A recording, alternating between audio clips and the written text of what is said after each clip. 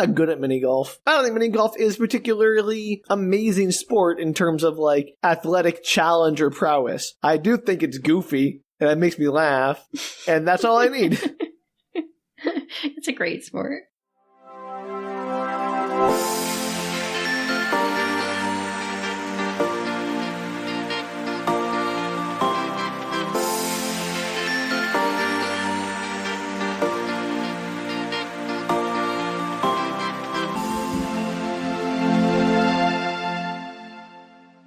Hello, everybody, and welcome to Book Retorts. I'm Danielle. I'm Sam. And this is the podcast where one of us explains a weird piece of media to the other who has no experience with it. Danielle? Yes. That's me today. No experience. You have to be gentle. It's my first time hearing about this media. That's true. I'll be as gentle as possible. Great. Kid gloves, please. Do you know what we're doing today, Sam? Gosh, no. That's the entire premise. Yeah, I mean, if I did, Danielle, why would we be here? I know that it's not going to be another Disney Channel original movie because... You don't know what I defaulted to, Sam. You don't know. I mean, I'm assuming it's not because it's too soon, and you don't want to burn through all those and have nothing left for the future. You want one of those in the back pocket for later. That's true. Or 5. But they are going to be my default every time I can't think of something, so you all know every time I do a Disney Channel original movie, it's only because I couldn't think of something else to do that week. Yes, Danielle's creatively bankrupt. We got it. I am. So I'm actually doing a little bit of a throwback.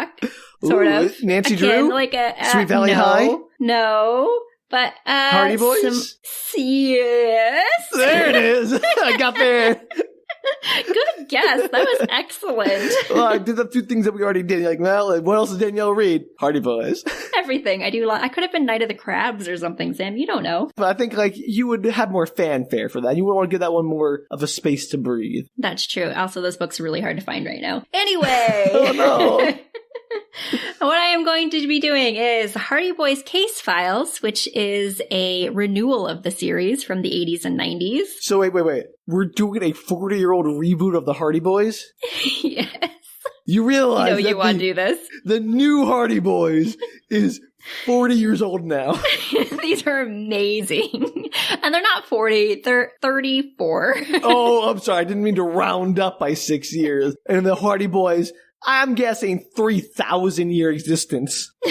I'm sure that Herodotus was telling tales of the Hardy Boys in ancient Greece. I would love to know when the Hardy Boys started. I used to know that and do not know it currently. Before bread. It was not before. It might have been before sliced bread.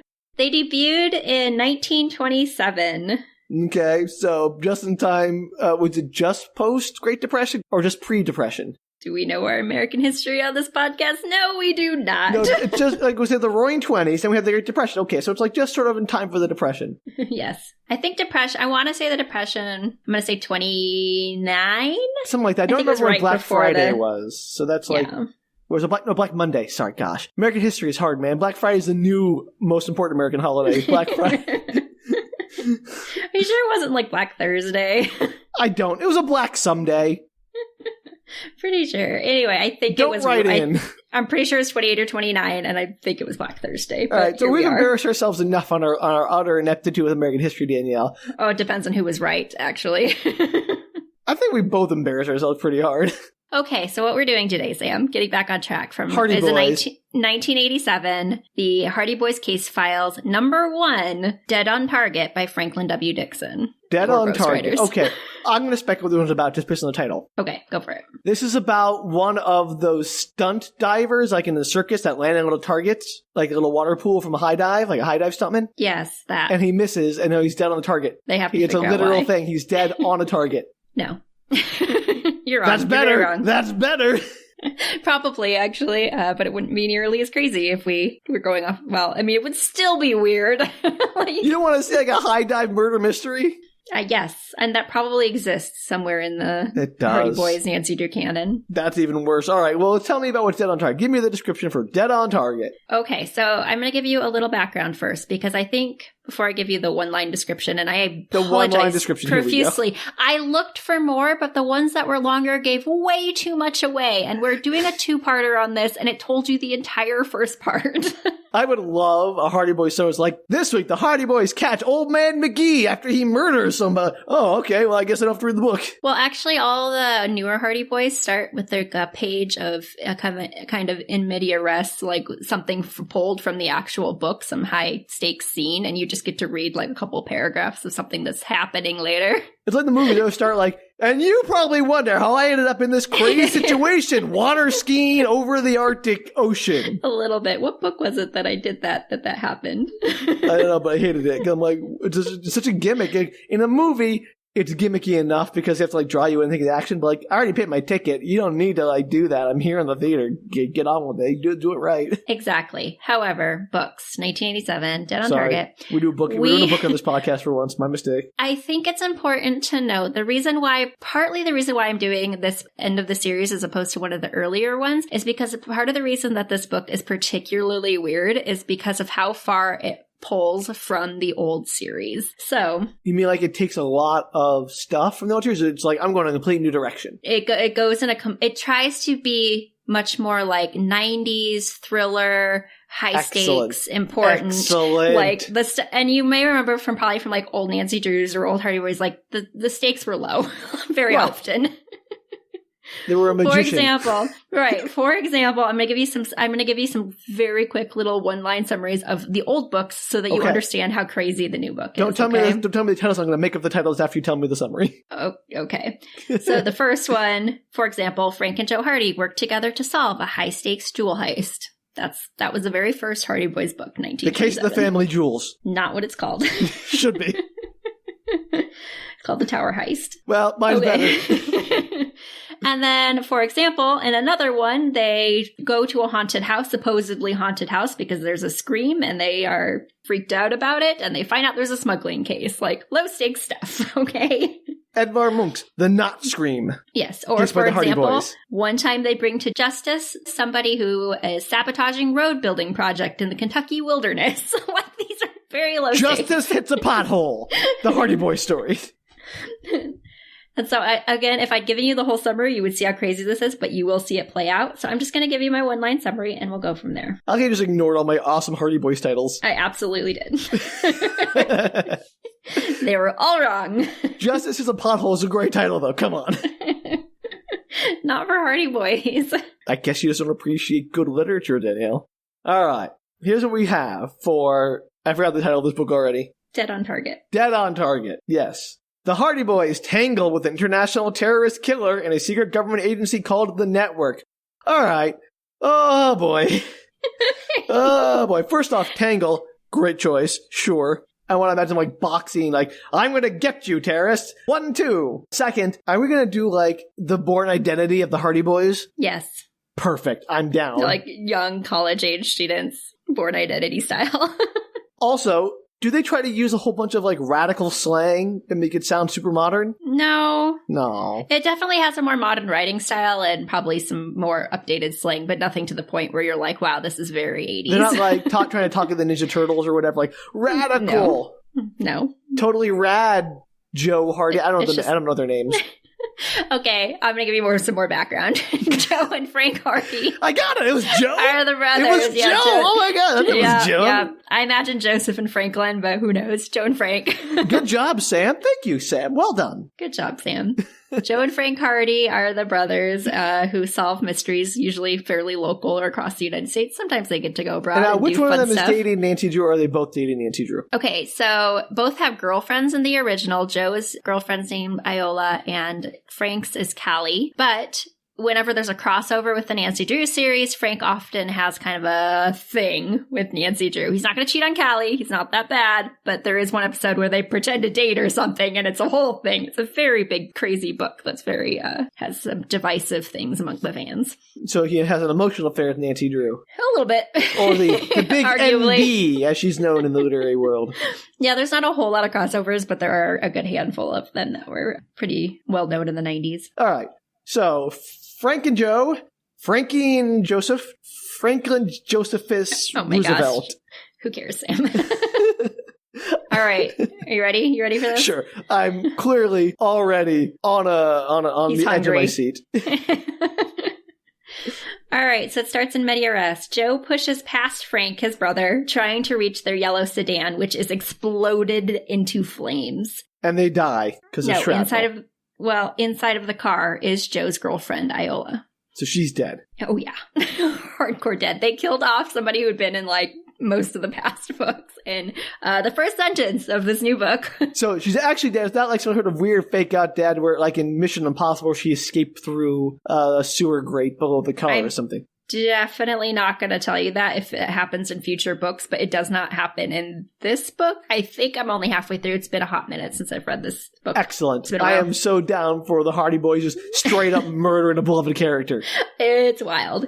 And Frank tackles him, holding him off, and he's like, she wouldn't have lasted a second. Face it, Joe. Which is a terrible way to tell your brother not to go after Joe, his dead girlfriend. Don't have a dead girlfriend. She's dead. Don't forget about it. Move on. She's real dead. Drew. So they grapple, and Frank eventually knocks Joe out as the wail of sirens sounds in the distance. They should never have come, thinks Frank. Clarification. Yes. The wail of sirens refers to the sound, not the animal. Correct. The creature, the siren. The wail of sirens, as in... Hold it. You have summoned the wail of sirens. I was like, what? If you listen carefully on the ocean, you can hear the wail of sirens. He's a whale that makes room for the other whale by making siren noises. He goes out of them.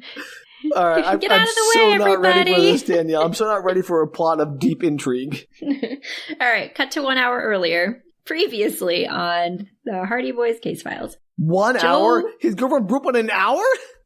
Well, no, she blew up and now it's earlier. It's an hour earlier before she blew up. She's alive. Okay.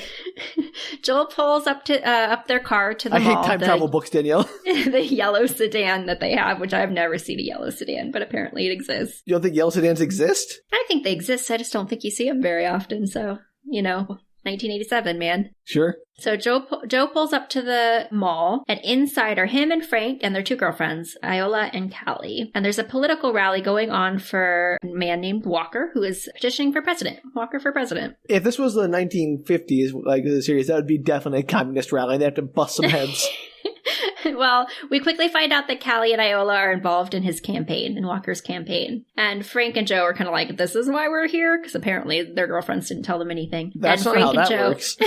Frank and Joe don't want to help hand out stuff, but they said they'll stand in the crowd and, bolster the numbers. And apparently Walker is Walker's campaigning on a very deep anti-terrorism campaign. Wow. That's strangely prescient for 20 years later. This is a book. So apparently this is a dress rehearsal for the main affair, which is 1 week later. This is a dress rehearsal campaign? Trust me. It's like a dress rehearsal. So my understanding, because the story definitely does not tell you this, is that obviously there's they're handing out flyers, they're doing a big thing, and they're trying to let people know that Walker is going to be there in a week at the same location for a much bigger event. So this is like a pre-event to the main event, but they call it a dress rehearsal. I know how politics works, Danielle. That sounds like it's expensive and needlessly convoluted. I agree, but it makes sense in the context of this book. It doesn't make sense, but it does help with the plot. Oh, okay, right. I would say, the logic is sound. This is how Paul does. He does a deep dive into the political operations of this book and how political campaigns are run, the financing laws. If you do a dress rehearsal, you can deduct that from the total financing. So it's like having 2 rallies for the price of 1. It makes sense. The FTC will look into it. It's exactly what it is. There's a band, there's flyers, there's a ton of people. They're trying to get everybody's attention. That's not a dress rehearsal. As I said, Philip Walker, the candidate, will be there the next week because I guess presidential candidates they're having a rally. He's not even there? No, he's going to come the next week. I told you, the pre-rally where they're come back next week. The president-elect is going to be here. He's the president-elect already? I thought he was just he's just campaigning. Okay. I'm going to say, why is the president-elect? Hey, guys, you voted for me. Aren't you glad? And I think it's important to note that this happens in Bayport I don't think it has a state. And this town's not that big. This is a small town. So why is this guy campaigning in Bayport? I don't know. Bayport and Who Caresville. So Frank immediately loses Joe in the crowd, and when he finally finds him, Joe is with some pretty blonde, and he's trying to chat her up. And Iola shows up before Frank can get over there and asks him to help get more leaflets out of the car, and he just kind of eyes the girl. You can tell she's a bit upset about it. You think? Oh yeah, go figure. Wait, Joe's the sleazy one, right? Sleazy, but sure, yeah. He's the he's the one chatting up some random blonde lady at his girlfriend's political event that she brought him to. Yes, absolutely. How old are these people? Are they like 16? Okay, in the originals, I think they're teenage, like kind of later teens. Yeah, that makes sense. In this series, it doesn't say, but I'm pretty sure from some vague recollection, again, been a few years since I've read these, I'm thinking they're like post-high school, college-aged-ish, so like maybe early 20s. So they're still like young enough to be idiots. Got it. Yeah, okay. Yeah. So I guess you're never too old to be an idiot. No. Joe kind of like reluctantly pulls out his keys and is like tossing them from hand to hand, and Iola is like, knock it off, and she grabs the keys and she walks off. And Frank pulls him aside, is like, hey, is Iola your girlfriend or not? Like, what are you doing right now? Dude, no kidding. Stop flirting with other girls or break up with Iola. Are they twins, the Hardy Boys? No, they're just Joe's younger, Frank's like a year older or something. Right, thank you. Gain context. Mm-hmm. And they both of them go after Iola to help her pull the leaflets because it's a big box, I guess, in the car. And they have to go to this underground parking garage where the car is parked. So they catch up just before the car she's marching to angrily. Explodes. Yeah. Well, yeah. Sorry, I phrased it wrong. They catch up just before the car she's marching angrily towards. Joe hurries to catch up to her while she's walking that way, and then, as you know, the car explodes. So this is the car okay. I was kidding. This is an hour before the explosion. I told you, we're going an hour back in time. I thought it was an hour before the explosion, so I'm confused. Does the car explode now? Yes. So it opened with the car exploding. Rally. Yes. Okay. That was I thought we were like there for like 5 minutes. No, just because partly summarizing, but also just kind of go, these books move fast. I mean, everything's only a page or two long in description. I'm sorry. I was not prepared for the speed at which this book was like, here's an explosion. 1 hour earlier. Hey, we're at this rally. Oh, here's the explosion again. Like, why even do that? Why even bother? The way it's written, I've never noticed how quick stuff usually goes. Like, not that I wouldn't want more details, but they're only 180 pages, so there's like a quick read, you know? I'm just saying, like, why even bother with the cold open of, like, the car explodes? Here's, like, 5 pages before the car explodes. This is what you need to know about Hardy Boys. First off, always opens with some kind of crazy shenanigans. Secondly, every single chapter is a cliffhanger. Always. Right. But, like, why not have something that's more exciting that happens, I don't know, halfway through the book or whatever, instead of like 1 page before you get to it. Like, it doesn't even necessary to have it happen literally pages before it happens. I don't know the answer to that, but it's a really strong opening when you kill off a character that was very present. I agree. In the previous I think it's books. amazing that they're like, we'll kill off a character and then we'll give you like 5 minutes to read some pages and then the character's dead again. Like, it just seems like you're not really dangling that carrot for very long. I remember the first time I read this, I was probably about 6. Oh, no, I was younger. I bet I was 13. I was 13-ish. And I read this and I was like, oh my God, they killed off Iola. I was like shocked. I want to see a cute little Danielle being like, oh, I'm so scandalized. A character died in a book. Yeah. Me and a friend of mine were very into the Hardy Boys, and we talked about it. That sounds adorable. You probably went on a live journal and blogged about it. And may have written stories. Who knows? Danielle. Oh, Danielle. You have to read one of your Hardy Boy fanfics for this podcast. I'm pretty sure they don't exist anymore. Listeners, if you've never accepted my calls to action before, accept this one. Harass Danielle into reading her Hardy Boys fanfiction on the podcast. I'm genuinely not sure they exist anymore, you guys. I'm not trying to, like, get out of it. Don't let her out of this easy.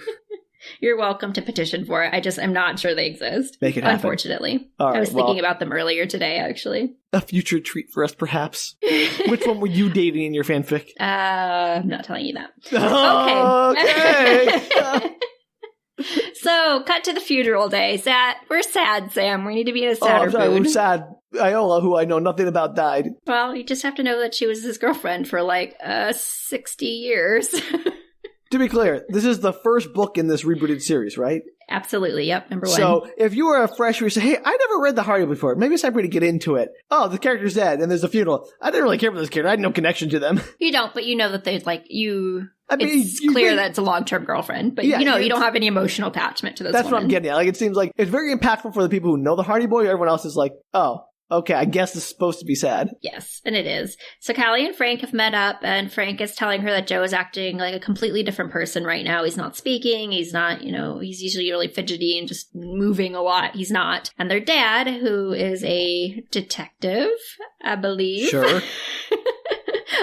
I wanted to say lawyer, but I'm pretty sure that's Nancy Drew's father, and then I was confusing the two, conflating them in my head. He's a detective. Looked like a ghost when they were finally brought home by the cops the other day, and has locked himself in the den and then left mysteriously, I think that morning. Okay, so first off, good job showing empathy there, buddy. Oh, my brother just has his girlfriend murdered in front of his eyes, acting weird. Yes, well, he's just telling Callie, I don't know how to reach him. He's not talking to me like he normally does. They're really close normally. So this is not a whine session. This is a, I'm looking for help session. Yeah, I mean, I don't know if he's looking specifically for help, but he's just, I think he's letting the audience know, but he's letting Callie know in the book. Okay, all right. So I didn't mean to impugn Frank. I'm never going to get straight which one's which. Frank's the more upstanding one. But the one that's talking now is Frank. Is Frank, yeah. Okay. Every time you say one of their names, I immediately forget it. Okay, well, you'll get there because maybe I'll do more and then you'll really know who they are. I mean, I know there's a Frank and a Joe. I just don't know which one is which whenever you're talking about them in the moment. Joe is the one who hits on other girls, and Frank is the more upstanding guy with a stick in his butt, a little bit. Stick in his butt. Got it. Yeah. So the cops, Frank says, are saying someone planted a bomb, but they don't seem to have any clues or any information about it at this time. As opposed to what? Like the car spontaneously combusted? I don't know. Hey, we're detectives. We think your girlfriend might have been exploded by a bomb. Pay us. That seems clear. So Frank and Joe leave the service. Dumbass. They leave the service, and they are stopped by a short man in a gray coat outside, and he calls after them and introduces himself, handing off a card that reads Arthur E. Gray, World Import Export. And he says his firm is a client of their father's. It is gibberish. Also, he's Mr. Gray. This is basically Clue. Yes. They're not going to be named for colors. You're going to love this. So Frank's like, my father's never mentioned you before, which I loved. They are up on their father's daily business activities. I was not. To the degree that they would know every single person that their dad ever works with. I'd go into my father's study and read through his case files after breaking open the safe, and I'd never seen yours. It's exactly what it sounds like, too. Yeesh. So Mr. Gray says that you may not know me, but your dad speaks about you all the time and speaks very highly of you, and I wanted to offer my condolences because I'm in town. And he offers them a ride home, and Frank is like, no. And he's like, are you sure? I have candy. I know. He's like, we're good. We're going to walk and clear our heads. So they decline. And he tells them that since he knows their father's out of town, if they need anything, just to call the number and ask for Mr. Gray. Okay, cool. And he immediately asks his father about this mysterious Mr. Gray person to confirm his story. Well, remember, their father's out of town. And apparently in the 80s, when your father was out of town, you had no way of contacting them ever again. Oh, right, of course. I'm sorry. I forgot he was out of town. I thought he locked himself in the room. He did, but that morning, he completely disappeared. He put his suitcase in a car and drove off, and they have no idea where he went. I missed that detail. I was too busy being upset. I did say he disappeared. You did. I'm not saying you didn't say it. I'm saying I missed it. Well, he's not there. So on the way home, Joe and Frank talk. They're kind of wondering where their dad is, and if only he was home, they could ask him about Mr. Gray, but he's been so mysterious lately, and they don't know if it's some big case that he was working on or if it's related to Iola somehow. Could they ask their mom? Because apparently everyone's just up in the dad's business. I'm sure they could ask their mom. Their mom does not. Their mom exists. They don't seem to talk to her very frequently. That's very 1950s, Hardy Boy. It is. And I'm sure maybe in future books, she probably plays more of a part. In this one, she's gone pretty immediately, which we'll get to shortly. Great. So you don't even, in the least first half, they don't even talk to their mom.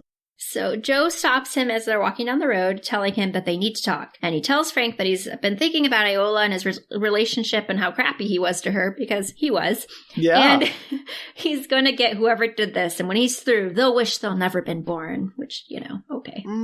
Yes, me, unskilled teenager who had a pretty bad relationship with my girlfriend. Now I am Liam Neeson taking revenge.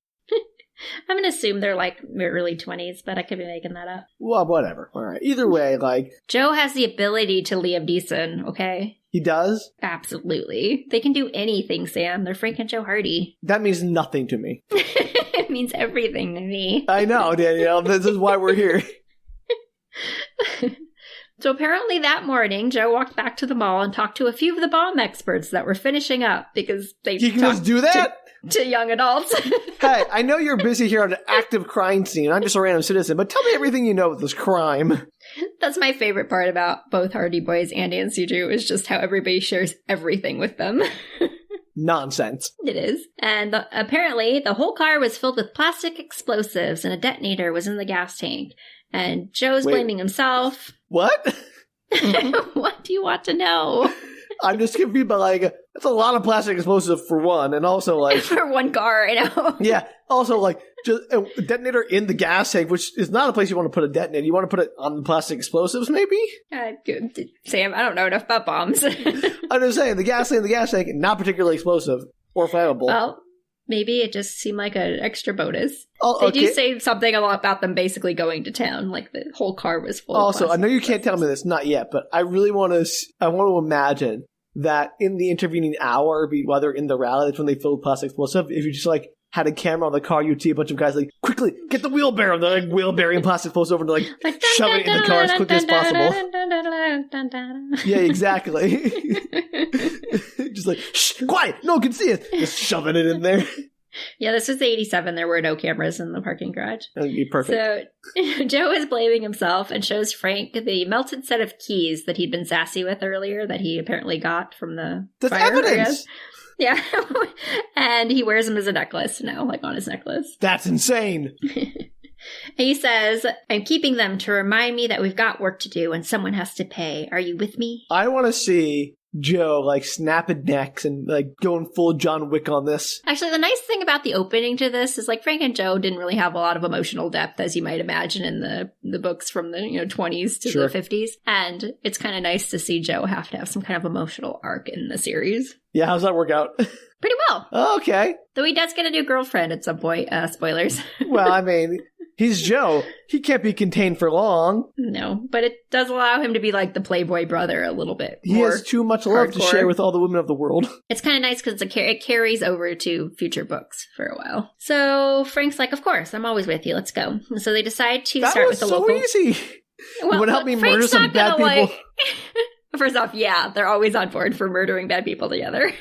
That's great. I would think Joe, you've just had a traumatic experience. Maybe you should talk to a therapist or a grief counselor for a bit before we start going on a revenge spree. I don't think, yes, they are definitely going to go on a revenge spree. But also, at this point, it's just let's do some basic research and kind of see what's going on. Frank might just be trying to help him feel like he's doing something. Are they detectives at this point in this book? Is it something they already do, or is it I don't. Okay, at some point, possibly the books tell us this. I have read a lot of these, but it's been a long time. But at this point, as far as you know, they're just unaged young adults who work with their dad, who is a detective. So they don't have the boy detective legacy right now. So this isn't okay, we'll do our detective work, see what we can find. This is them going, no, they're so you're asking if they have a history of it within the city or people knowing them as studio detectives? Yes. Okay, yes, they do. That's what I'm getting at. Absolutely. Because if they're we were Encyclopedia Browns as a kid, and now let's go do our detective shtick.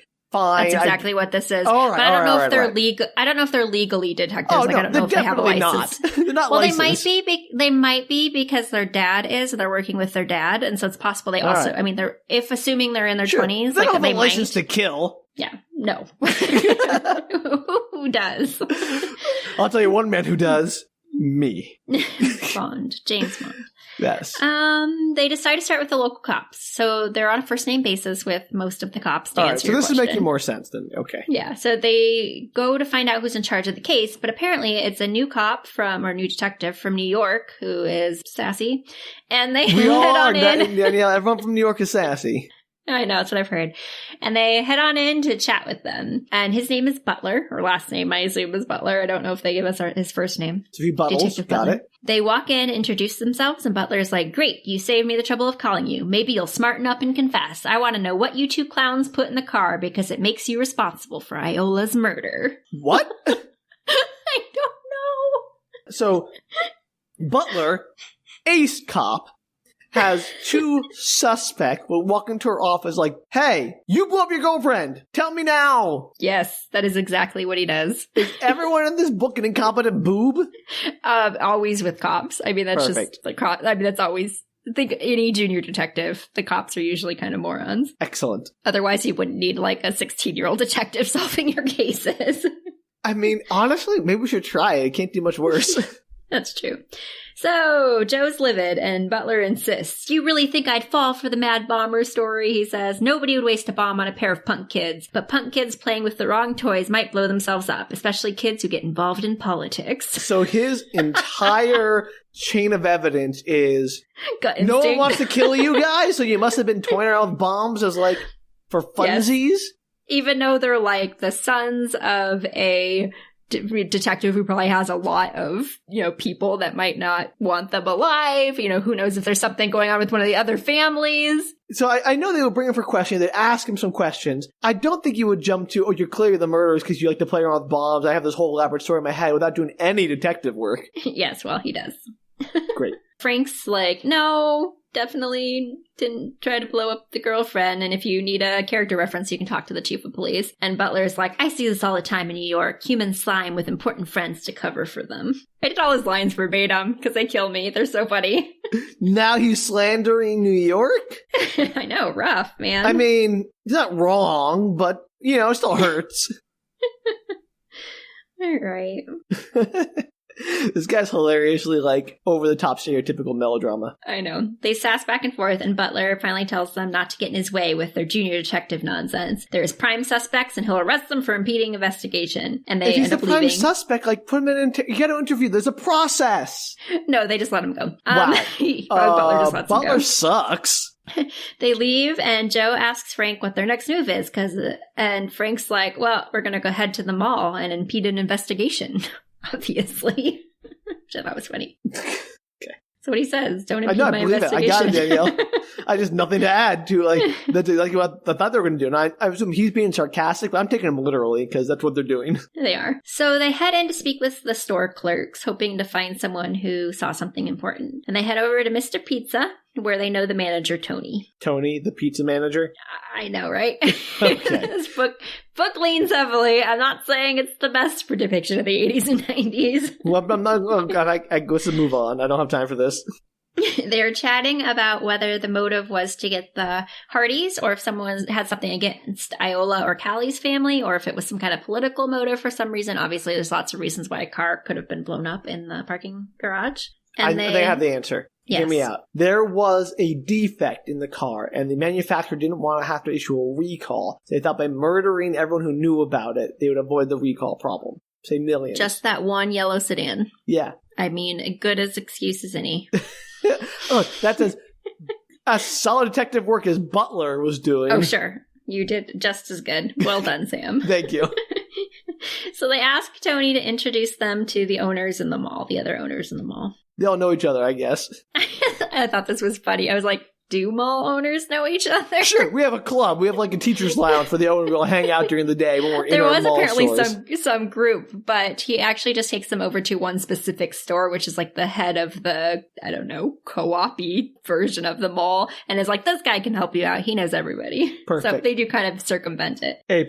So it doesn't actually go through all of them, all the questioning, which I appreciate. They just sum up. So any of the owners didn't notice anything off, but many of them complained about the security because stuff is gone missing from a lot of the stores recently. And the two boys, Frank and Joe, stop beside a mannequin to talk about it. And apparently hundreds of feet of wire from the audio-video den, electric clocks from the gift shop, wire clippers, electrical supplies, all gone missing. And he's like, oh, wait, that's bomb stuff. I'm about to say, everything you need to make a bomb. Right as I was reading it, I'm like, this is bomb stuff. He goes, wait. It's bomb stuff. I mean, that is bomb stuff, but it's not like plastic explosives are not something you cobble together from random trash you find. Like, they are a very specific made chemical compound like C4 or whatever. This is not something like, yes, Medical Mole has the ingredient for plastic explosives. So I don't understand. Damn, I can't tell you. So what I'm getting at here is in this book.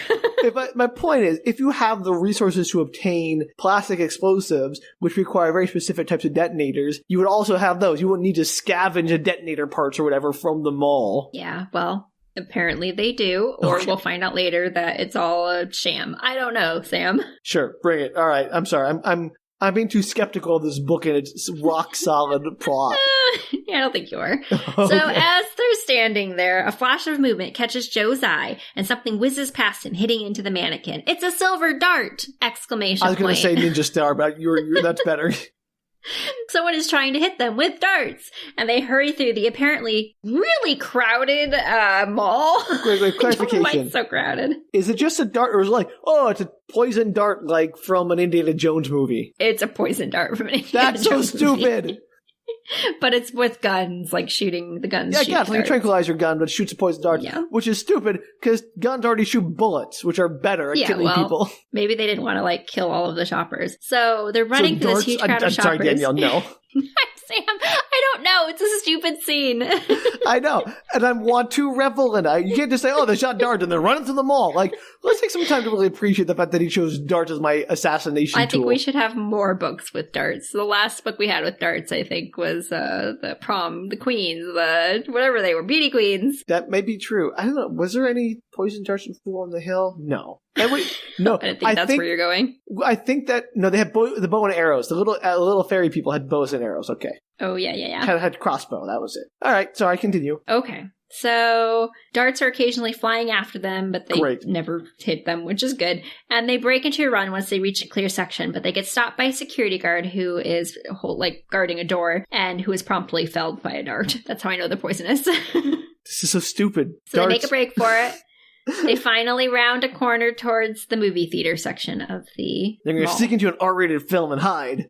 I think they're old enough. It's okay. So they decide to try and jump him as the gunman heads into the theater. Like, if they get into a theater, maybe the gunman will follow them. And they see him waiting around the corner. Like, the guy doesn't want to come out into the open now that they're not covered by a bunch of people. And they go in and they buy a ticket and they head into the theater. What's the name of the movie? It's a James Bond rerun. Like, they're doing a bunch of Bond movies. Also, I love the logic of, this guy was shooting us in a crowded mall, so he clearly doesn't want to shoot us in a crowded theater because he might be spotted. Well, they're hopeful that what they're going to do, their plan is to wait just inside the door. When he pops in, his eyes haven't adjusted, but theirs have. And so Frank explains this because apparently they have 8 seconds, according to Frank. 8 seconds until his eyes adjust? Yep. I don't know. He pulls it out. I don't know if it's true. I don't think it is. I've always needed 2 minutes for your eyes to fully adjust. Well, I think adjust enough that you're not going to that you're going to be, before you're not surprised that somebody's there jumping you. So. All right. Whatever. I'm not going to bother with this. I just thought it was funny. I added it in because it made me laugh. So they go in, they hide just in the entrance, totally work like a charm. The guy comes in, they jump the guy, grab out the entrance. They almost get the upper hand, but then another man enters with another assumed dart gun. And they book it for the emergency exit because they can no longer get the upper hand. So their plan was, we're being attacked by people with darts, which can only, to me, say secret agent operative or something, because no one else used darts. And they never thought there might be more than one of them. Apparently not. They only saw the one person. Well, they didn't see them until they didn't see anybody. They could be shot 1,000 people in the office, the mall could be shooting at them. I don't know. But they book it for the emergency exit, and unfortunately, as soon as they step outside of it, they're stopped by a black car that pulls up. Get in, losers. Let's go. Thank you for the Mean Girls reference, Danielle. Seeing no choice, obviously, they get into the car. But to their surprise, the 2 dart men who followed them out do not get into the car, and it pulls off without them. The dart men are like, come back here. Is it Mr. Gray in the car? They express their confusion in the partition between the front and the back of the car lowers, and it's Arthur Gray! Yeah, okay. Nailed it. Who else would it be? We only know like 4 characters. I mean, again, I'm not proud of myself for knowing that. I had to say it. So they demand to know how he found them, and Gray admits that the business cards he gave them earlier were actually plastic, not paper, and have microelectronics inside that are used for GPS tracking. Okay. Couple of things. When their movements became erratic, he figured he'd show up. Okay, another thing now, like several things now. I just needed to make sure you had the full picture of what happened. Okay, first off, 1987, GPS, not that great. B, do they have the card? Why are they carrying the cards on them still? I wobble it. I don't know, Sam. I also had that thought when I was reading it. C, how can you tell if their moves were erratic? Their GPS is very talented. Also, I guess D, GPS doesn't work inside. Okay, well, you know what? Magic GPS, 80s. He's a very fancy guy. Okay, I'm sorry, we'll Mr. soon find out. Okay, I'm sorry, yeah. Hogwash. I added all that just for you. Thank you, Danielle, for making me more upset. You're welcome. So they argue with Gray as he drives, wanting to know what the heck's going on, and as Frank reaches up through the divider to shake the man's shoulder to get some answers, the divider suddenly whirs back up, and Gray apologizes, telling them it's a security feature as he lowers it back down. But he is surprised, he says, because according to their files, Joe is the hot-headed one. And they're like, files? What are we, what? You have been profiled by the secret government agency as the newest inductees into the Agent Kid Detective program. All the best kid detectives eventually grow up and enter agency. Nancy Drew, Expedia Brown. I don't. The Boxcar Kids, are they kid detectives? I don't know. I don't know. Kid Frankie detectives. Muniz. Frankie Muniz, was he a kid detective? Wasn't he? Oh, wasn't he was already a secret agent. Agent Cody Banks. Yes. Yeah. He wasn't a kid detective though. He was a secret agent child. Yeah, but he gets tagged by a secret government agency to like. Yeah, but he was a spy. Out. I guess they're spy training. Okay, maybe he was. Maybe he was like a toddler detective, and they tapped him early. I love this new fiction where like the government is harvesting for its secret agent ranks from boy detective. Like this is why kid detectives are a thing, so the government can like vet them. Absolutely. I'm actually pretty sure there is at least one book where Nancy gets pulled into working with this agency as well. This agency continues past this book. Okay, perfect. What would you call this? The KDA, Kid Detective Agency? It's the network. You heard that earlier in the description that you read. Oh, I did. I forgot that because that's a dumb name. Yeah, it is. I want a better name, like Kid Detective Agency or... I got it. Kid Initiative Detective Agency. KID, for short. Technically, these aren't kids. And secondly, they're not taking kids. They're just specifically talking to the Hardys. Danielle, let me make up the acronym for my Kid Detective... How about, okay, fine. Kid Initiative Detective School. KIDS for short. There we go. Okay. I made it work. You're welcome, world. Well, okay, so Gray finally tells them he's connected to an intelligence agency and he's collecting kids. I don't know. Kid Intelligence Detective Service. Why did I think of that? Oh my gosh, this is much better. All right. So he doesn't name it. It's called the network. He doesn't name it. It's a dumb name. That's why he's like, I'm embarrassed by the name. It's stupid. It's not, he says it's not one of the common ones. He's like, oh, they said like CIA. And he's like, nothing so crude. The network does more delicate information gathering. Which means war crimes. See is not true. Maybe. So Frank's like, so your story about knowing my dad is a lie, and imagine your name on the cards is a lie too. And Mr. Gray tells them that it's close to his code name, which is Gray Man. Why? Why make your code name? That's like James Bond. Everybody's James Bond. It's dumb. Don't do that. I know. It's so good. Don't do that. The network sucks. And the World Import-Export business does actually exist. It's just a cover company for the network, and sometimes their dad helps them. So, not exactly a lie. So why is he telling all these, like, hot-headed young adults all the secrets? He's telling him because their dad has called in some favors to keep his family safe and out of sight from whatever is going on, which we're going to find out about more in just a moment. Do they really have the pull to do that? I mean, like, that seems like an abuse of your position. I don't know. Their father, Fenton... Again, I think he's a detective. He's a detective, but he does a lot of things, like security. He does more security, I think, in this round of books. Yeah. So I don't know. He knows people, Sam. Sure. All right. Fine. Whatever.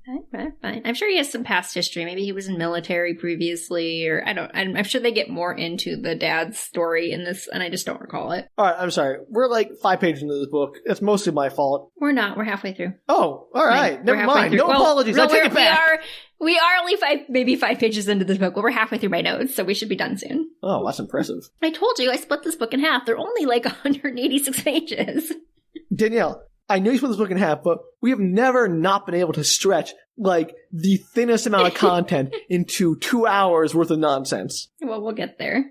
So Frank asks what his dad is doing, and Gray seems to admit that they don't fully know yet, but they're looking into it. But it seems to revolve around the Walker campaign. They think the bomb was aimed at the Hardys. Apparently their dad is head of security for Walker's campaign, which, sure. I'm sure you would pull some guy from Bayport to be your head of security. Was he the head of security for the entire campaign or just the Bayport event? I don't know the answer to that. They literally just say for Walker's campaign. And they pulled a detective to be the head of security. Yeah, again, he might be more into security stuff than just detecting. I'm pretty sure he was just a detective in the previous renditions. He doesn't just detect, he secures. It's like, but I don't know. They don't give enough explanation in the halfway point of this book Danielle. To tell you. We have no idea what the dad's job is. As far as I know, he's just a security consultant and he's working on Walker's campaign. Maybe the duration of it. Fine. But that's why he's been so hush-hush about it. So that's why he hasn't been telling his kids about what's been going on. But it's turned into a bigger job than expected because Walker has been pushing his anti-terrorism campaign. And certain terrorism groups weren't happy that their dad was digging into them. And Fenton Hardy got lucky and got a line on a group that nobody's been able to crack. The Assassins. Okay. All right. First off, terrible name. The Assassins. The Network. Why call ourselves just the generic evil group? I mean, Evil Incorporated. Yeah. Which is the name of the second book of the series, by the way. I hate everything about these names. As someone who likes making up goofy names, this offends me deeply in my soul. Just thought I'd throw that in there. I'm so mad I forgot what my point was. The Assassins.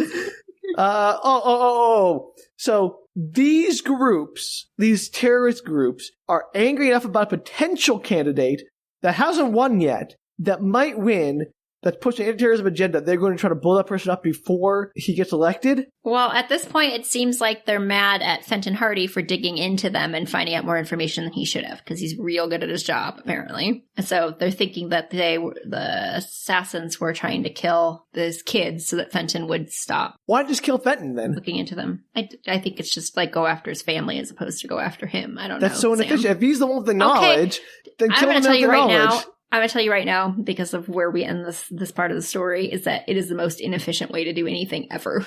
Okay, great. As long as we're clear on that. I'm not saying it's not happening. It does not get more efficient.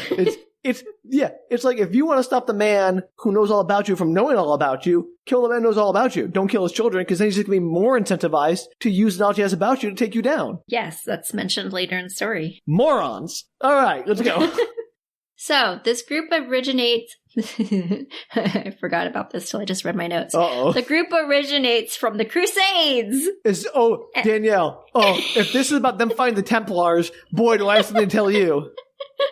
No, it's not. Okay, because that's basically the Assassin's Creed video game series.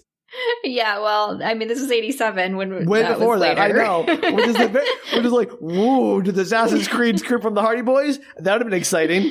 I mean, arguably, we don't know a whole lot about the Assassins, but we know that they originated from the Crusades and have stayed in business in terrorism ever since. That's not how terrorism works. I mean, okay, terrorism that's how terrorism works in this 1987 in the Hardy Boys universe. I'm just saying, terrorism is kind of like a modern concept, really, which relies on our current globalist infrastructure to work. I'm sure it's changed over the years to small terrorism to now larger scale terrorism. I'm just saying, I don't know if, again, I'm not a historian, and as we know from the opening of this podcast, my grasp of history is shaky at best.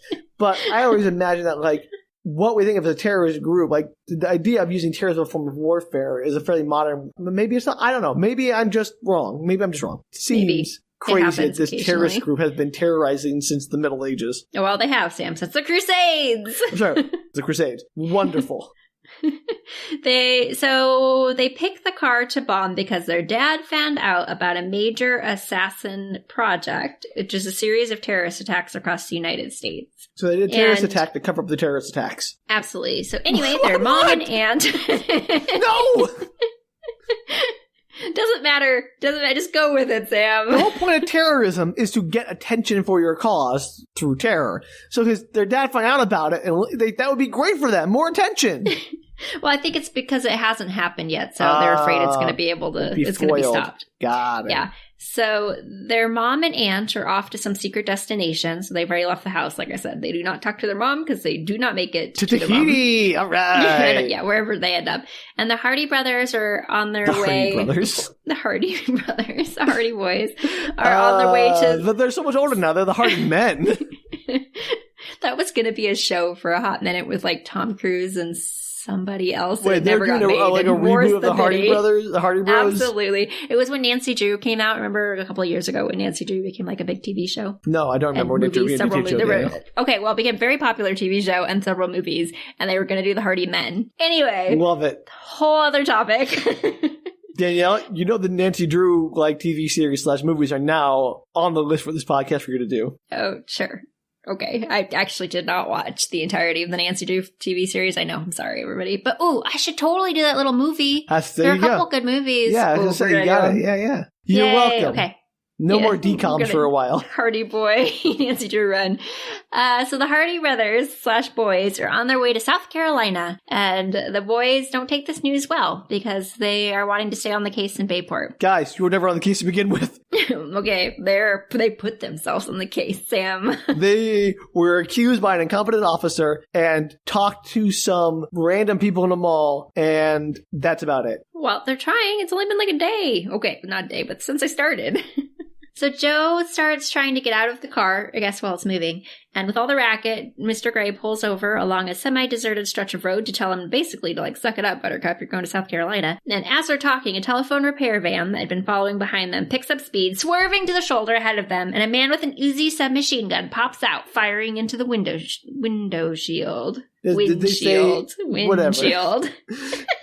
Do they say Uzi submachine gun in the book? Absolutely. I'm glad he specified what kind of Uzi it was, because I was worried. That's why I put it in there, because it made me laugh. Great. So, no worries, though. The bulletproof glass of the windshield saves them. They're fine. Just ignore the Uzi. Cool. And does the Uzi never try to shoot the tires? No. So, just shoots the window, and then they kind of buzz off. And as they head out, it ends up turning back around because it realizes, we didn't murder everybody in the driver's seat. And it becomes a huge car chase going up the road. And the police never become aware of this shootout. They're in the middle of nowhere. Okay. So, Mr. Gray gives Joe a gun to shoot out the back with a magic gun port appearing through the slit in a window that somehow doesn't cause bullets to come in. I don't know how it quite works. Amazing. The car is using... So the assassins from, the Crusades, they're still using, that kind of technology with arrow slits in the car. Well, I mean, these aren't the assassins from the Crusade. This is Mr. Gray. Yeah, no. But, to fight the assassins, you gotta use assassin-level technology. Oh, yeah. It's there's a gun slit in the car that also does not allow bullets to come into the car. Right, it's an arrow slit, just like in castles. Absolutely. And Joe is super hardcore and goes for their heads, he's shooting out the windshield. And Mr. Gray is hey, you might want to leave him alive for questioning. And so Joe aims for the tires. And does he murder them? He definitely tries in the beginning. I was hardcore Joe. I know that they, killed your girlfriend, but come on. Well, he misses the point. He doesn't actually kill anyone. Well, he shoots at the windshield, but it doesn't, I don't know if it doesn't go through or if it doesn't hit him or whatever, but then he aims for the tires, he pops the tires, but another car appears in the interim. Okay. And he gets them too, and Gray is calling for backup as they speed away. And they finally lose the cars, and they make their way back to the Hardy Boys' house, where in a few minutes they're supposed to be the safest place to be, where the terrorists know you live. Definitely will not be there. And they're supposed to be picked up by agents and ferried to South Carolina. And the code phrase, they're not supposed to leave the house, and the code phrase is, "The gray man sent me," which they're not supposed to open up the door unless somebody says that, which, meh. That's not a great code phrase. And don't you usually have a call and response to that? So you ask them a question and they tell you the right answer? Probably. But my favorite part is that he says it'll be a few minutes, they'll be here shortly, and then he leaves. And I was or you could wait with them and make sure they get picked up. Yeah, nothing about these Hardy Boys, these Hardy brothers, speaks their willingness to comply with your instructions. No, they literally just tried to get out of the car. Joe was gonna duck and run out of the car while it was moving. Second, the terrorists know where they live, so they're not safe there alone. Crazy, man. All very dumb. The network is garbage. So they agree to hang tight, but as the gray man leaves, again, question mark, they leave. They promptly decide to head to London, which is where Mr. Gray had said earlier, when they were discussing that he was going to go pick up the next assassin's lead that he had gotten. So he was going to leave the area. So their plan, their moronic plan is a secret agent told us there's a lead somewhere in London. We can figure that out. Oh, it gets better, Sam. It gets better. Wait for it. Okay. So their plan is just to go to London and, like, hope they bumble into it a is secret... definitely not. Okay. Are they going to try to follow Mr. Gray, like tail him? You're going to find out very shortly. Do they put his tracker back on and hack the tracker so they can track him? This book moves so quickly that you will literally find out in like 1 to 2 sentences. But I'm having so much fun guessing, Danielle. Okay. So Frank hacks into the airport reservations computer. His friend showed him how, and he hates hacking, but it's for a good cause, so he's willing to do it this one time. Right? Yes. Were airlines computers on the internet? Do they like? Is this like war games? Just like when the war games era? It must have been because 1987. This book was written when it's based, so it must have some kind of they must have had a reservations computer system. But like the internet was nascent then, right? I don't know, Sam. Maybe they had high-tech technology at the airport. All right, whatever. Nonsense, but go on. So they're looking at the reservation list, and they see the only flight that's leaving is the same flight as Mr. Gray, according to the passenger list. So wait, they see Mr. Gray's name in that flight? Yes. Why did you use your name to book your reservations? It's his business name, like his name that he goes by, Arthur Gray or whatever. That's like his name. Use a different name. Use many different names. That's the whole point of having aliases. Oh, that is his alias. I think it's just like that's the one he often uses to do stuff. Is Arthur Gray? Don't anyway, you don't want to use the same Sam. alias every time because people know that's your alias. Okay, but. I mean, do we know nobody knows who his alias is except for the Hardy Boys right now. Apparently, it's the freaking business card that gives it out, so there you go. Yeah, but it's cover, like he pretends that he works for this business. All right, whatever. Point is... So as far as anybody knows... They magically hack into an airport reservation system, see Mr. Gray's name, like, that flight's going to London, and so there we go. Yes. So they decide to book tickets on that flight. And so Bayport has a direct flight to London. I imagine it's something nearby Bayport, like New York or something. Oh, is New York nearby Bayport? I'm pretty sure it's on the eastern seaboardy area. Sure, whatever. I don't know if so I don't know which airport to hack into then. Sam, whatever's big major airport close to them. And also, if this is New York, there are many flights to London. Okay, Sam, I don't know. Maybe it is out of Bayport. Maybe it's something more local to that. I don't know. I know you don't know, Danielle. It does not say such and such airport, I'm pretty sure. All right, fine. Listeners, if you have deeply read this book and can remember what airport they leave out of, if it's mentioned in the book, feel free to tell me. Great. Anyway, they get to the airport, Sam, and they're behind someone. There's a woman, like an older woman in a wheelchair with an elderly companion. And back in 1987, they did a search of the person in the wheelchair, but they don't do a search of the companion because, as you remember, they just you used to be able to walk people to their gate. Yeah, airports were not locked down in the pre-TSA era. Exactly. So they they're kind of joking. The Hardy Boys are kind of joking about well, we know how to get through security. Is the guy never gets checked. That's the companion with them. What do they bring through security? Do they have a bunch of Uzis on them? No. They're going to buy... so why do they have to get through security? They're just going to buy tickets. Who are you talking about? The Hardy Boys. Who's they? They already have tickets. So why do they need to get through security? They're just going through security like everybody does on a plane? So what's this whole conversation about? We know how to get through security. Oh, they're talking about if you wanted to get something onto a plane that so you're they're not supposed to foreshadowing. have. Yes, but also just commenting to each other it's foreshadowing. I got it. All right. I thought they were talking about now we have to get through security at this airport at this very moment. No. Got it. So they go through security. The person in the wheelchair is on their flight with the companion, and they get onto the flight, and Frank has decided to reserve tickets next to the gray man. I don't know, for kicks and giggles. Idiots. He does it on purpose. And they're like, hey, you're here. And so what he notices is he sits down, they're all getting in their seats. The gray man's like, hey, what are you doing here? And obviously they can't really do much. I guess he could have done something. He does not do anything. They're all on the flight. And Frank notices that the companion to the wheelchair person, who wasn't supposed to get onto the flight, was just supposedly dropping off his wheelchair person, he is on the flight with the wheelchair person. And he's like, well, that's weird. And instead of doing literally anything, like telling someone, also, they just sit tight. Why would he assume the wheelchair person, the attendant, isn't going with his charge? Because at the security, when they were going through security, the attendant is like, they asked for his ticket, and he's like, oh, I'm just walking her to the gate. Like, I'm not going through, so they don't do a search or anything on it. Buy a ticket too?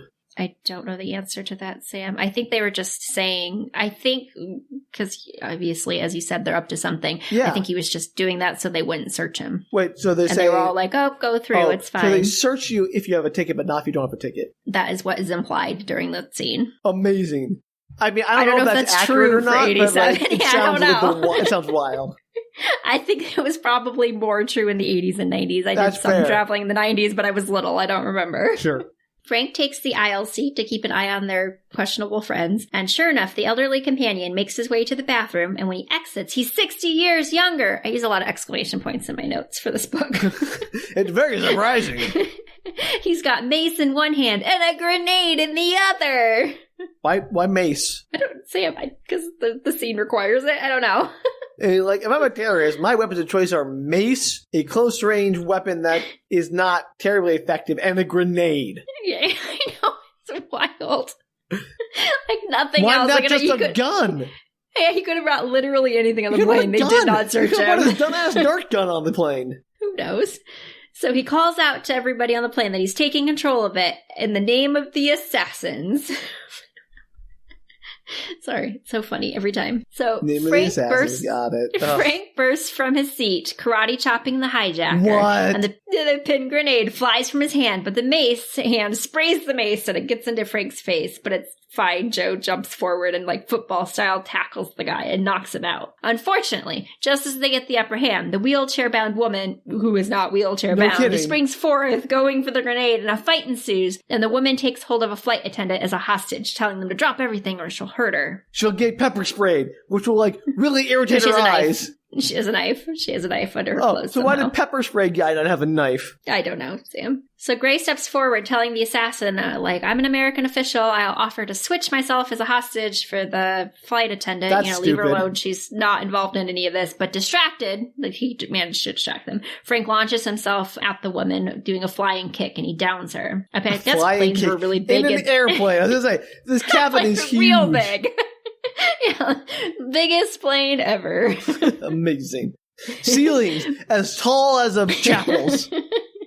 I guess he's, like, diving over the other seats. I don't know. Maybe they're in a galley area. I mean, if he tried to do a flying kick over like the seats, he'd be clipped by the overhead storage bins immediately. Yeah, I have to assume maybe it's done in the galley. Like, the guy comes out of the bathroom and then announces to everybody he's taking over the plane, so maybe it's all in that back section where there's a little bit more room. Whatever.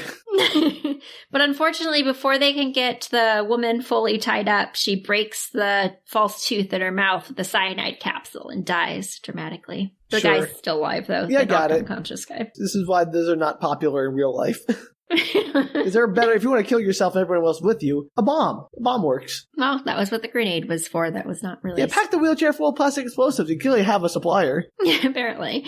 So, meanwhile, they have secretly rerouted the plane so that the assassin overlords, I guess, don't know that they didn't make it and that they're not on their way to, I don't know, like, I think they said Libya or something. So they have rerouted the plane so the assassins don't know they didn't actually come near the plane? Yes. Won't they know when the plane doesn't show up? Eventually, they will, but that gives them some time to, like, kind of figure out what they need to do and get people off the plane. Okay. So they end up landing at an RAF base in England where the passengers kind of just chill until all this is over. They're like, we're going to keep the passengers here for a while.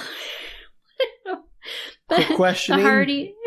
I guess, but the Hardys and Mr. Gray. The Hardys and Mr. Gray get to leave on a helicopter with the passed out hijacker to London. And you think that they just keep the Hardys at the RAF base, but they don't. Leave them behind. And, or maybe, I don't know, take the passed out hijacker and cuff him or something? They do cuff him, I think. Okay. They do. They cuff him and put him on the plane. Okay. All right. Fine. Okay. I just thought they just, like, dragged his unconscious body through the streets. No, I mean, they do just drag his unconscious body, but he is cuffed. And he wakes up at some point. I don't know if he wakes up on the helicopter or not. So they land at the British Intelligence Agency and go straight for interrogation. And BIA, for reasons, got it. Yeah, the Hardys are allowed in on the interrogation. I don't know. Oh, there's everywhere, those Hardys. They're like cockroaches. Can't get rid of them. So they don't get any information at first. The guy's not talking, even when Joe jumps him, because he's like, did you kill my girlfriend? This he's is why like, you don't let non-professionals in in on the interrogation. They're going to wreck it. Hot-headed 20-year-olds. Yeah. Until the lead interrogator comes in, who is apparently a guy with a little magic truth serum that he pushes into his muscles. That's a spy thing. Why not? Veins, I mean, in books and movies, not in real life. Absolutely. So once he's under the truth serum, they ask him about the code words for an apparent safe house that's in the area. And though he seems to want to tell them because he's under the truth serum, he's been conditioned to not speak about certain things, and it causes kind of a little fit to happen. Does he not have a cyanide tooth too? They already took it out, I think, earlier. So they switch gears to the hijacking, and the man tells them that there were 4 of them. 2 of them got on the plane, 2 of them were sent somewhere else. It was a rush job. They were given a description of a man to eliminate, which I think might be the gray man. It was a little unclear in the text. And it was okay to destroy the entire plane as needed. So far, so good. Makes sense to me. And when they asked him who gave him the instructions, he's like, well, it was via phone. I never saw the guy. But his name, when they asked him, was, after much ado, was Al Rusasa. Okay. Well, this is unfortunate. I know. It's not great. No. I'm going to move on right past that. Thank you very much. So Al Rusasa is a heavy hitter in the initial. I can call him Al if you'd prefer. Call him whatever you want, Danielle. It's fine. It's the way the book is written. We're just presenting the book. We're not endorsing its use of names. Yes, 80s and 90s were a rough era, as we know from some of our previous media. Yeah, true. So Al Rusasa is a heavy hitter on the international terrorism market scene, and it means something much bigger is going on in Bayport. It is a code name, though. It means the bullet, like literal translation. And they say that wherever the bullet is aimed, the target is dead, quote unquote. That's how bullets work, yes. Yeah, they're gonna go raid. They're gonna go raid the safe house. Is what they decide Wherever to do. The bomb at the end explodes, that's what explodes. They're just saying that he always hits his target, I think, is the concept. He's not a bad shot. Oh, okay. Hey. He's a dead eye. Yep, dead on target. Anyway, meanwhile, Gray leads the Hardys to an empty office and hands off some new clothes and gear to change into after the fight, since they're, bloody or whatever. I don't know. But bad news bears for our heroes. When they go to leave, they're locked into the office. Oh, womp womp. Why even bring them in through all of this? You're just gonna, lock them up anyway. Just don't involve them. Put them into the RAF custody, whatever. I know. Like it wouldn't have gotten out of military custody. And they would have, but that'd be a whole different story. At least you would have, tried at that point. So Gray shows up outside their door and is like, you're going to have to hang out here till after the raid. It is not safe for 2 random kids to be, hanging out with all the adults with gunfire. So, hang tight. We'll be back. Sure. And so after much ado, they realize, there's a whole scene of them trying to get out of the office. And they realize finally that the ceiling tiles pry free. And they manage to climb over to the next office and escape. Yeah, of course. So this secure government facility did not secure the drop ceiling. Correct. Bang up job, network. It is. So they catch up just as the team is leaving, and they grab onto the truck. It's a big lorry truck, and they seem to just grab onto the back of it and hang tight. As far as I can tell. This is like Back to the Future when he uses a skateboard behind the car, right? Yes, 100% Except like no that. skateboard, they're just gliding on their heels. Well, they're not gliding on their heels. I think they pull up and are grasp onto the bumper or something. It's a little unclear. That's very uncomfortable and dangerous. It is. And they do talk about that a little bit in the story. Luckily it's a short ride, I guess. It's not too far down the road, and they make it and they almost fall off, but they're fine. Sure. I mean, at this point, they can just do anything, apparently. Yes, they can. Of course. It's the Hardy Boys. I'm Hardy sorry. Brothers. Hardy Men. So they... Hardy magicians. They pull up through a rundown neighborhood, and though some of the houses are empty, there are construction workers, mail person, etc. There's obviously stuff going about its business here. And as they pull up to a specific house, suddenly everyone in the area, the construction workers, the mail people, the woman in the corner house, everybody turns into an operative and starts shooting up this one house, completely destroying it. That's excessive. Well, it's the assassin's playground, and supposedly the assassins, a lot of high-ranking assassins, are supposedly in this house right now, so they're trying to, kill them, All obviously. right. The gray man sees the Hardys kind of like as all the firefighting starts, and he pulls them off the back of the truck and throws them into the van to protect them. And when the dust settles, they realize after they go in to search the building that none of the assassins are inside. Bum, bum, bum. And they bring the Hardys to search too, right? Absolutely. Oh, Why? These man children, leave them at home. So they're all inside, and it's discovered that they've been digging an underground tunnel system out of the safe house when they find a trapdoor. And Gray goes in to pull it open, and just as Gray is about to pull it open, Frank is like, no. It's probably booby-trapped, remembering all the, like, bombs. Their penchant for bombs. And it is. It's booby-trapped. Of course it's booby-trapped. You guys are morons. This is why you don't bring novice greenhorns onto your secure spy mission. Mr. Gray was the one who pulled the booby-trap door open. Frank was the one who said, hey, do not pull that. I'm sorry. I thought Frank, I would get that mixed up. No, Frank would never.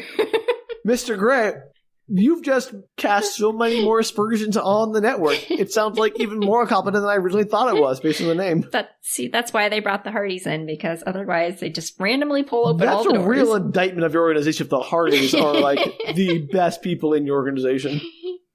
Crazy. So Frank is okay.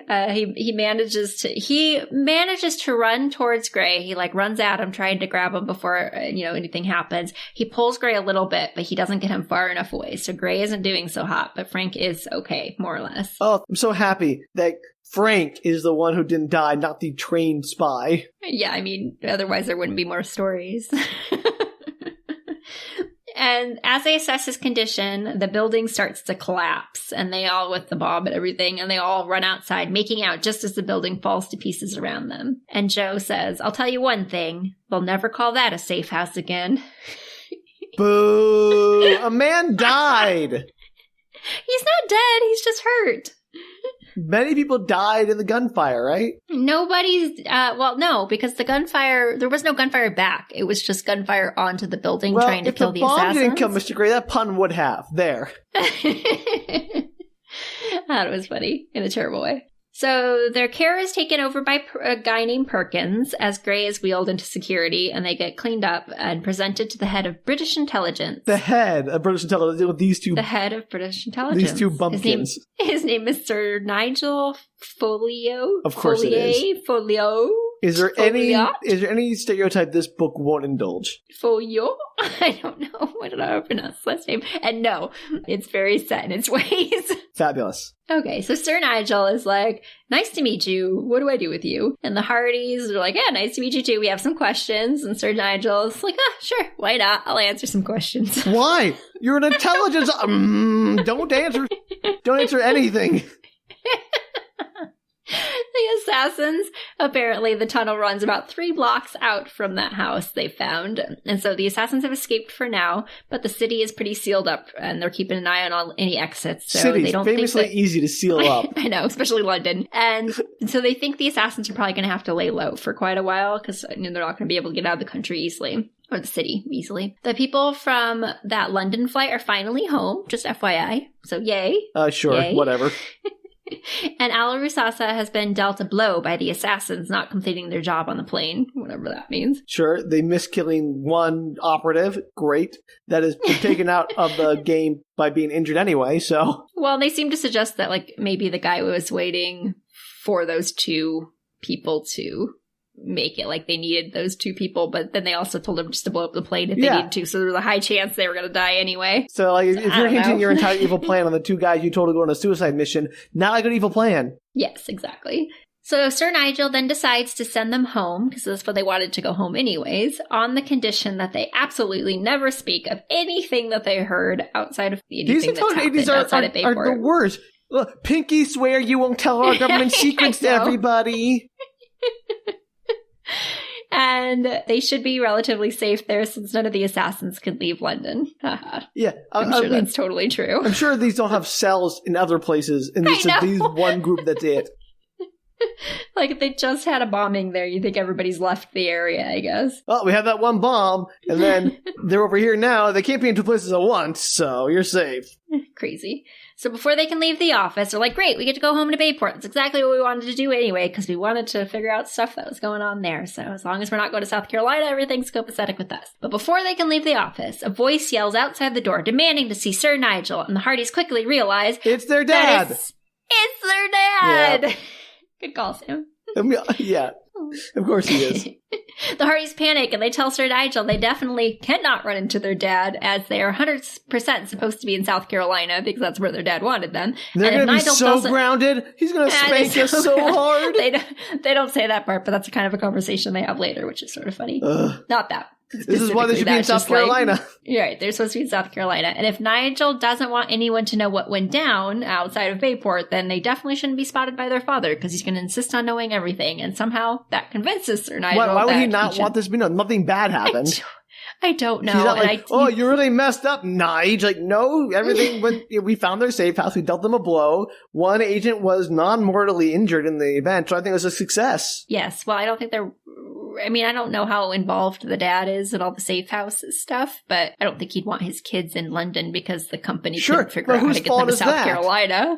Well, I think Sir Nigel's like, yeah, it's probably good that your father doesn't know we screwed up this bad, and we'll send you back to Bayport, and he'll never know. Well, I will say, they messed up big by bringing them along on all the adventures when they could have just left them anywhere. Exactly. So he ushers them out the back way is the point of this. They do not meet their father in this office. Fine, sure, whatever. So I don't know what their long game is, because the dad's supposed to be back in a week for that big rally that apparently is still happening at the mall, even though there was a bombing. That might change your schedule, but that's just me. So you think in a week their dad's going to know that they stayed home. Maybe they're going to go stay in a hotel for the duration. I don't know. And as they're chatting about what to do, Frank suddenly gets very worked up. He reminds Joe that the guy that they interrogated said that Al Rusasa was supposed to be in America to run that big terror campaign, across America. Terror across America. So that they can't be in Bellport, whatever, because Bayport. They can't be in Bayport because the terrorist organization has a whole plan to do a bunch of stuff in America. Like that, again, the logic is flawed. As far as they know, Al Rusasa is supposedly in London. Perhaps. I don't know the answer to that question. All right, whatever. This is what it says. I do not understand quite what it's trying to say, but basically, he was supposed to be in America to run the big terror campaign, and that the timing of the campaign was thrown off a little bit by a special job, meaning the bombing, supposedly. Right. And Frank is like, Joe, don't you see? We were all at the mall for a dress rehearsal of Philip Walker's appearance this Saturday. What if the bomb was a dress rehearsal too? What if Al Rusasa was practicing how he'd kill Philip Walker? Then he's a moron, because you don't dress rehearsal bombs. Because then they're looking for bombs. Yeah, that's how you scare away your target until he just cancels his plans. Like, I'm not going to Bayport, there are bombs there. Yeah, and that's where we're ending, Sam. What if it's a dress rehearsal for killing Philip Walker? If the next part isn't immediately them going, no, that's a dumb thing I've ever heard in my life, and the book that's ends. the end of the chapter. Yeah, that's the cliffhanger. If the next page isn't that's the dumbest thing I've heard in my life, and the book immediately ends, I will be so angry. I can guarantee you that's not the next chapter. Oh, Hardy Boys, why? I skimmed ahead to see if I should end here or in the next chapter or two, and decided this was the best. It's a good place to end, Danielle. It's the dumbest place, the dumbest logic I've heard yet, and that's saying something in this book. I actually read through it a few times because I was like, wait, what? Bomb dress rehearsal, morons.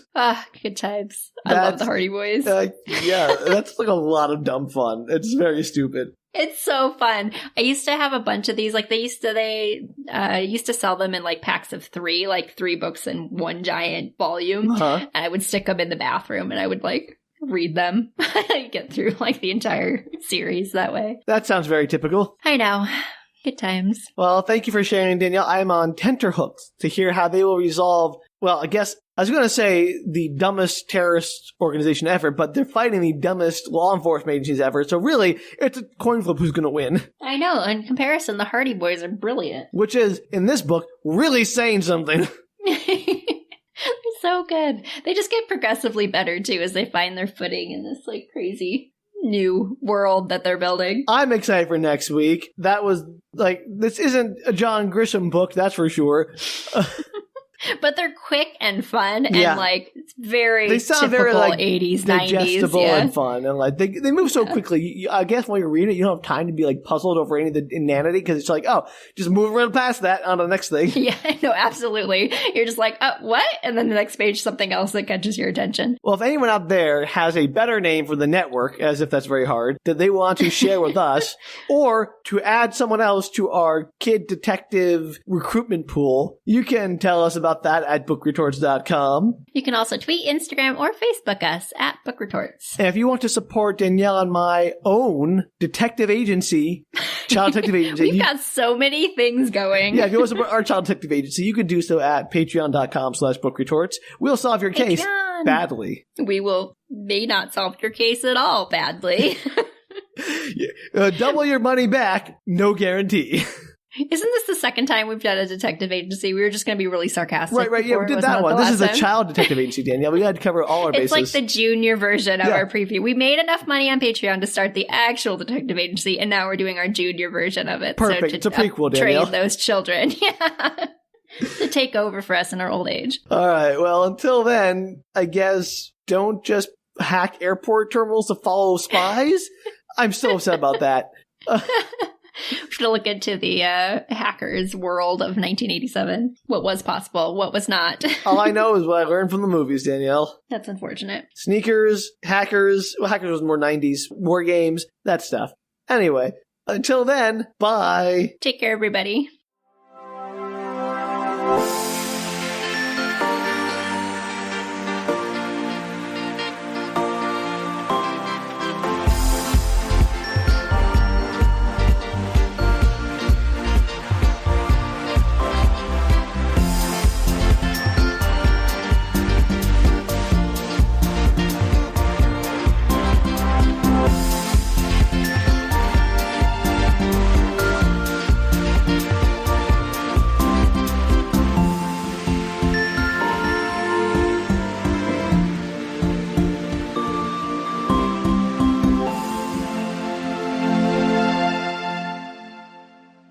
Well, I'm certainly glad I have a soundtrack in my background for this entire episode.